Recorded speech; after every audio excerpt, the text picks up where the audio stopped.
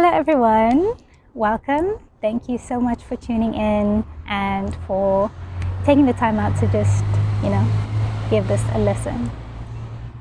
We're going to get straight into it. So for a long time now, probably months, I've been really wondering, am I appropriating? I as a yoga teacher making use of the yoga practice in my own life and trying to share that with others. Am I appropriating? And I started then thinking, started delving into what is appropriation, and if I am, how can I rectify that? So appropriation is when we take something from another culture, from another group of people, and we make use of it and we spread it as if it's our own, as if we're the one who came up with it, and we should get credit for it without then crediting the people from which it comes. I hope the sun isn't too bad. Anyway, so then that's the one aspect to appropriation. And another aspect to appropriation is, making use or taking something that belongs to another culture, another group of people, and only taking in or using what we are interested in and sort of disregarding the rest of it, and especially the meaning behind these things, because that's a big thing in when it comes to appropriation as well. We just make use of something and sort of ignore what it actually means to those people, and in that way it can actually really be disrespectful to those people if we do something that actually means something to them and we're just doing it for fun or because it looks nice or whatever. So the way in which I'm going to try to rectify this is to let you guys know what yoga really is, because yoga is so huge. In comparison to just looking at the physical practice, it's so much more than that. The physical practice is literally like a little tiny piece of it, and it's one aspect to many concepts and many ideas and many practices. So so what I'm going to start off with in this video is I'm just going to speak a little bit about the intention of the practice, speak a little bit about what the meaning of Namaste is, and speak about the spirituality of yoga, the philosophy, and then sort of towards the end, bring it together. So I just want to say before I start with the rest of this video, I wouldn't really say this is a disclaimer, but just to let you know that, like I said, yoga is a very deeply spiritual practice. And so, if you're religious and you sort of don't want to listen to what the practices are in yoga because you think that it might contradict your own practices, that's fine. What I want to say though is that there's nothing wrong with learning what other religions and what other practices or other cultures practice. I think that when we educate ourselves about what's the same about us and what's different about us, it can actually bring more connection than separation.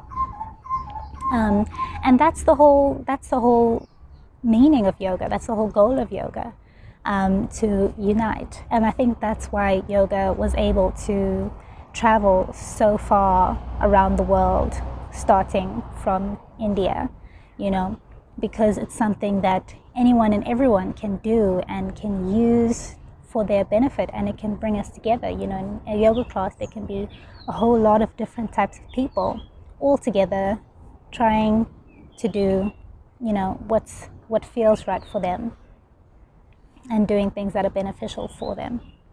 If you are religious, or if you're not spiritual at all even, and you feel a bit weary, I would like to encourage you to just give it a listen, to learn a little bit more.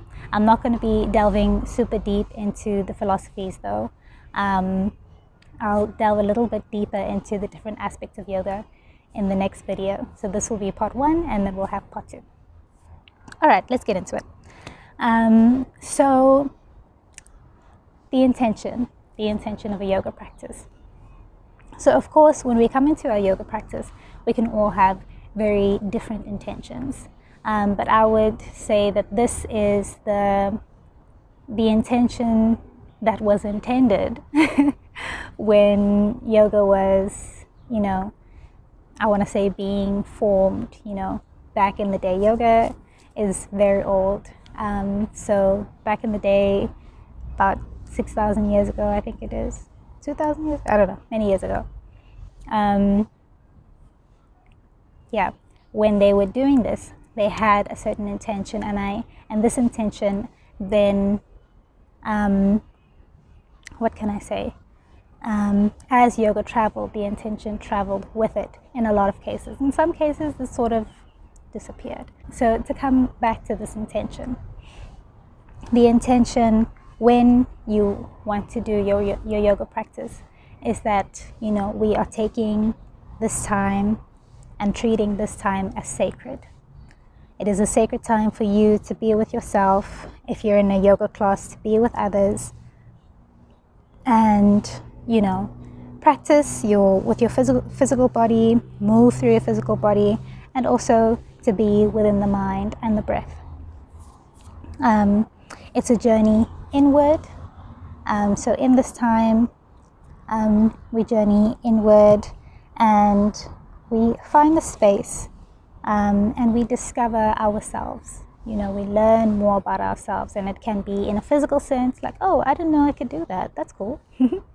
I can tell you that there are quite a few things that I didn't know I could do until I tried. And also getting to know yourself in terms of your mental state.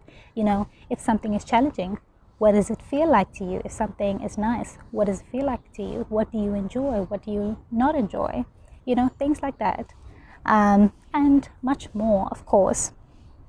And at this time, we respect our body. So this is where I think the common thing amongst many spiritual practices is that we treat the body as a temple. And what do you do with a temple? If you think about a physical building, you go to a temple, you admire it because it's beautiful. So you have to admire yourself as well, because we are all beautiful. We maintain it. We don't want it crumbling. We don't want it breaking. We maintain the temple. We do not harm the temple. We actually, if we have any control, we'll keep the temple away from harm. So the same with ourselves.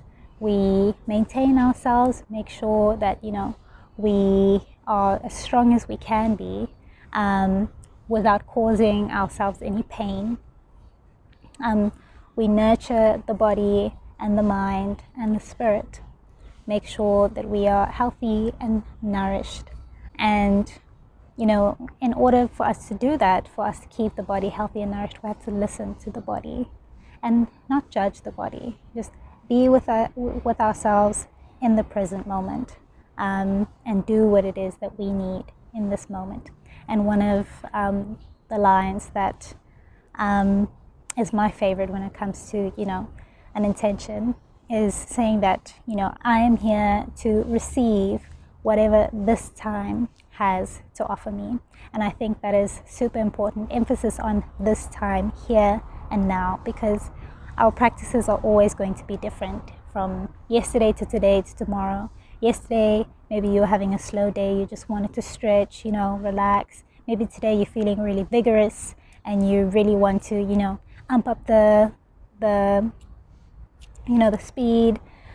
Maybe tomorrow you're having a slow day, but you still want to be strong, And maybe the next day you're feeling really flexible, because also our flexibility can change and our abilities to do things can change. So I think that's one of the most important things. And that's one of the things that I really appreciate about yoga. It reminds us to come into this time and, to remember balance and harmony. So you can see the intention is very broad. And the bug. I think it's a mosquito. Anyway, you can see this intention is very broad. And I think that it's beautiful that it's so broad because, all of it is something that we can take. And, maybe today we take one of the aspects, maybe today we're not really feeling so well. So it's something that we can really personalize as well from day to day.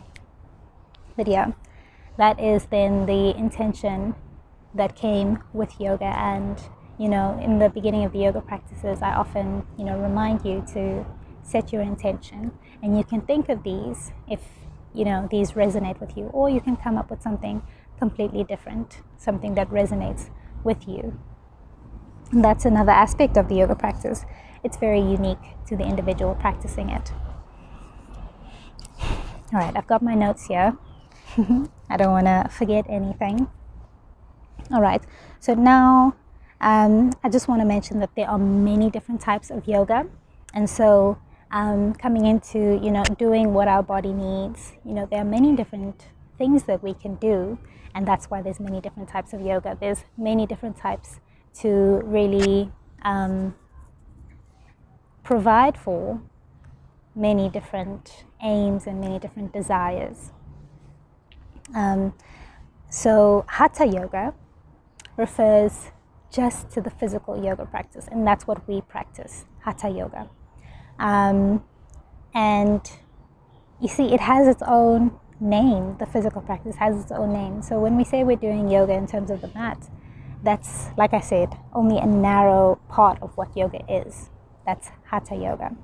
And then just to clarify, Vinyasa refers to movement or flow. So Vinyasa yoga will then be that, movement or flow. So as opposed to static yoga such as yin yoga, or yoga in which, we sort of don't necessarily flow from one thing to the next.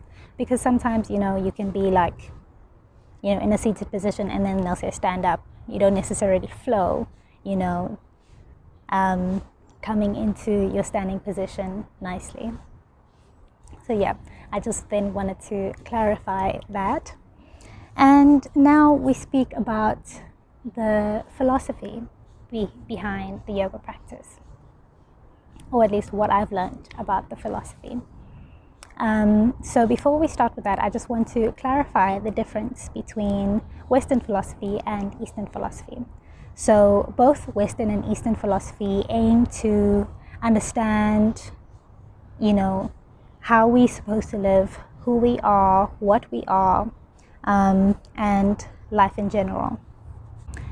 Western philosophy tries to do this through an intellectual manner.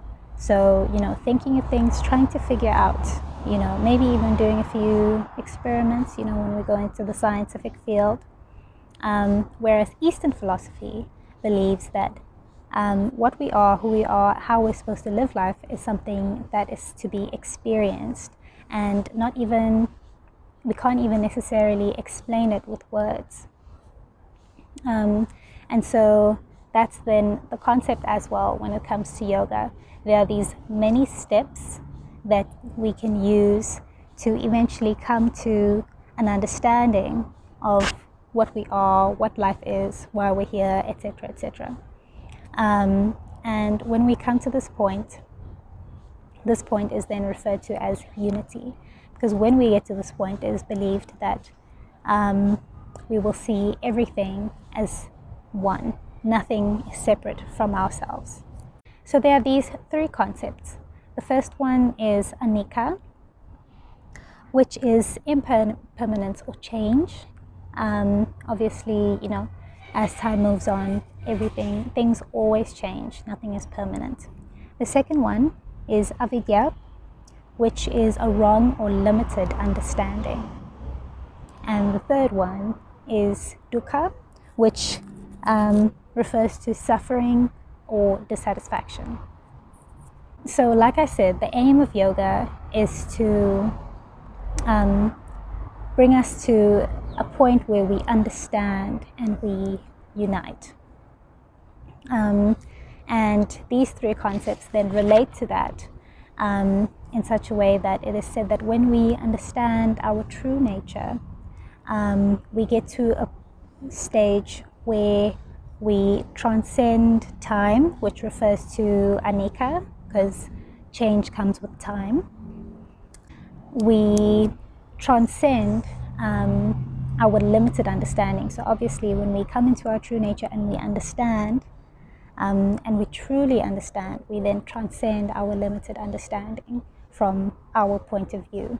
Our mind opens up into more. And we also transcend suffering. That doesn't have to be a part of our daily lives anymore once we get to a point where we are able to unite with anything and everything around us, with all the people around us, and with ourselves, with the earth, and yeah. So like I mentioned, there are many steps that is supposed to help us get to this stage. And I will be speaking about these many steps in the next video. I just hope the video isn't too long because it's a lot. But yeah, so to sum up, this video, yoga is a very deeply spiritual and personal practice. When we start with our yoga practice, when we come to do our physical yoga practice, or any part of our yoga practice, we always have the intention to use the time as sacredly taking care of ourselves, understanding that each time will be different from the other, but we are always here to learn, and that yoga really encompasses a philosophy. When we come to understand our true nature, which is unity, we transcend time, our limited understanding, and suffering. Yeah, so stay tuned for the next video to find out what it is, what these many steps are to eventually get to this higher stage of seeing everything as one. With all of that being said, thank you guys so much for joining. I'm going to try to, have a few videos where I just, have a chat with you guys, posted regularly. I am at school and doing a lot of things, so I'll see if I can post weekly, but if not, please understand. But yeah, I appreciate all of you. I hope you have a wonderful rest of your week, and don't forget to tune in next week for the second part of this video. And remember to please like this video and share it, so more people can gain an understanding of yoga and understand that it's not simply just our physical practice on our mat. And yeah, like the video, don't forget to subscribe. Like I said, I'm going to be posting more of these kinds of videos as well. And yeah, I appreciate all of you, and I hope you have a wonderful rest of your week. Bye.